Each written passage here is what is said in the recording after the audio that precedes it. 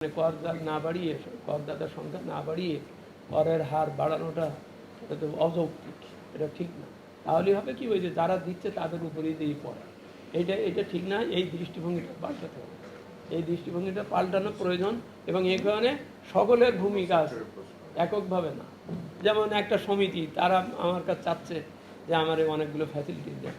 আমি যদি তারে প্রশ্ন করি, তোমার সমিতির কিছু লোক টাকা চুরি করে বাইরে নিয়ে গেছে, এটা ঠেকার ব্যাপারে তুমি কি করেছো? তোমার পক্ষ থেকে দাবি উঠতেছে না কেন? তুমি এই ব্যাপারে কিছু বলছো না কেন?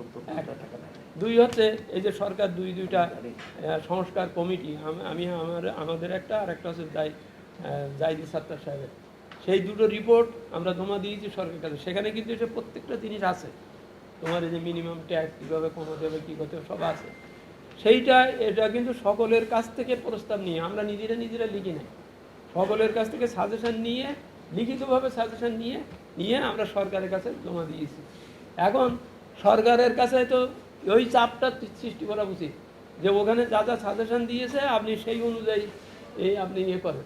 তো সেই চাপ দেওয়ার সময় তখন দেখা যাচ্ছে যে মনে হচ্ছে যেন আমি অন্যভাবে বলছি, মনে হয় কারো যেন যার জন্যে আমি করলাম, সংস্কারের কথা তুললাম, সাজেশন দিলাম, সে যদি এখন আর ওইটার ব্যাপারে কোনো আগ্রহই নাই, মনে হয় জানি এটা কেন দিয়েছেন, কি হয়েছে, ব্যাপারটা মানে আগ্রহ নেই, এই দুটোর সাথে সমন্বয় হতে হবে।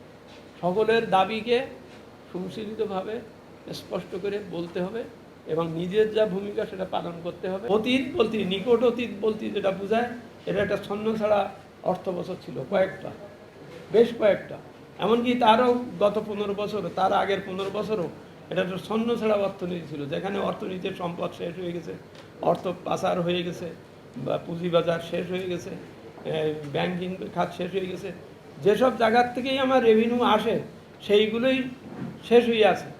সে ছিল বলেই, আছে বলেই এই আজকের এই জুন মাসের 18 তারিখ পর্যন্ত আমার রেভিনিউ আর্নিং আসলে যথাস্থানে আসেনি। কারণ আমার অর্থনীতি যেহেতু দুর্বল ছিল, অসুস্থ ছিল, মানে খারাপ ছিল।